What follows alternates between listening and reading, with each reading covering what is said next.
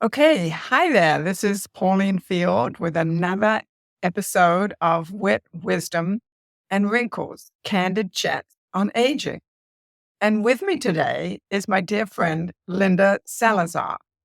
And Linda is the owner of Your Piece is in Your Hands. I love the name of that.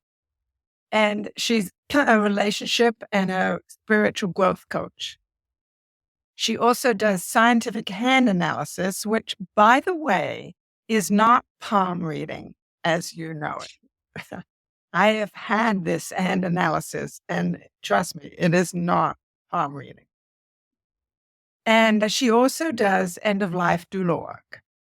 So, very interesting person. So, welcome, Linda.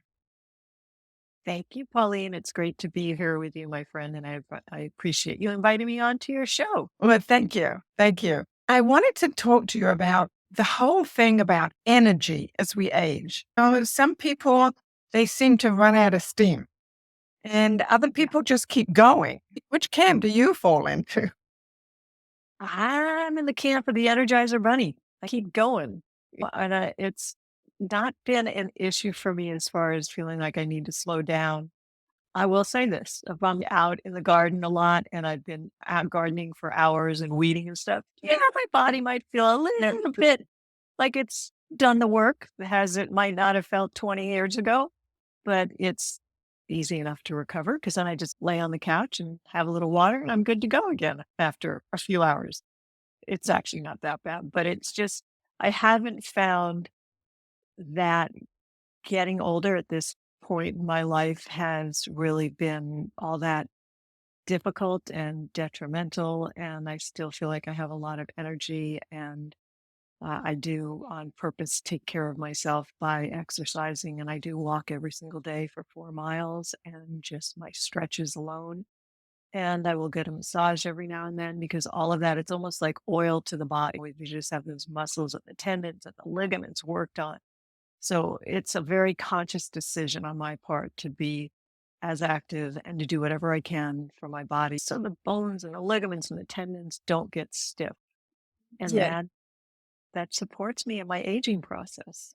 I love to hear that because across the internet, from various sources, I get these wonderful stories, some of them with some of them not, of these people who are in their 90s or even into their hundreds who are still doing things like dancing and working and all kinds of things that we do. And the interviewer always asks, how do you do it? How are you still doing all this at this late age? And they all say that you have to keep it up. You have to do it every day. And I think that's the key. And I think that a lot of people, when they retire, they think they can just relax, not take care of their body. And that is so not right. Our body needs to be, Movement. yes. And I like what you said about massage being oil for your body. And the whole thing is like oiling the joints. Yeah, I have that vision right now of the Tin Man, the Wizard of Oz, and you just in all those areas of the body, and it does work. And you mentioned the elderly in their 90s and hundreds, and my neighbor is 100 years old. She turned out, and it's now just starting to catch up with her. She's like, my knees don't want me to stand up very long anymore.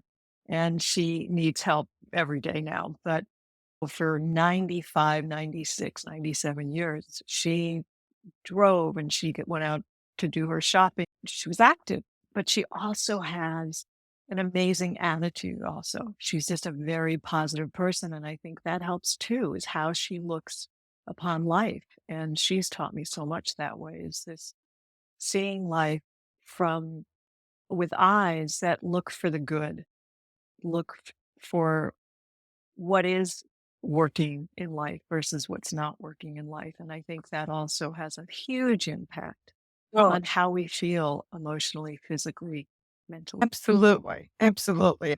Just as your power is in your hands. It's like it That is. Our attitude makes such a difference. And I think just to live that long, we have to have that kind of a positive, upbeat attitude. Otherwise, we just get dragged down. And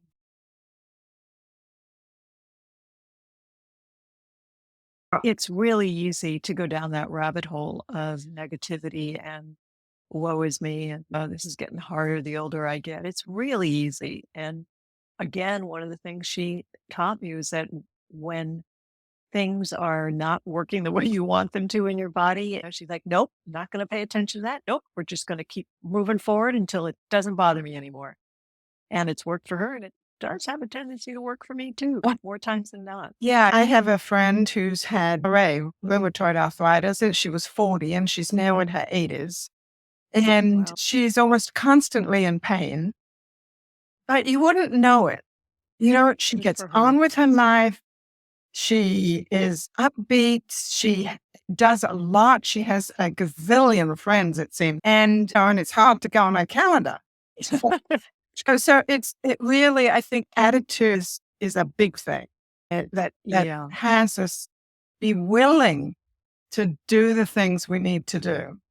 And And if you can't change what's going on in terms of her rheumatoid arthritis, there's a quote by Buckminster Fuller that it's reminding me of, and it's, you never change things by fighting the existing reality.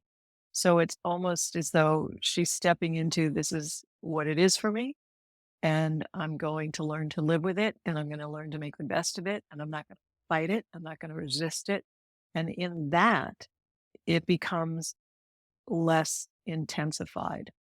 Oh, God bless her. Good for her, because it's not easy. And no, you really could go down that path in that rabbit hole, and people would feel sorry for you, right? Because you have all the reason in the world that's to feel the way you feel and not want to be out there and not want to just keep moving forward with it. So, really, that's wonderful. yeah. And kudos for you for being full of life and energy. And I love it. And Linda, I think our time is about up, but this has been so great. I Oh, wow. hope we will get together and do this again soon. Absolutely. That was quick, but all good things go quick. Okay. Thanks, Linda. Yes. Bye. Take care.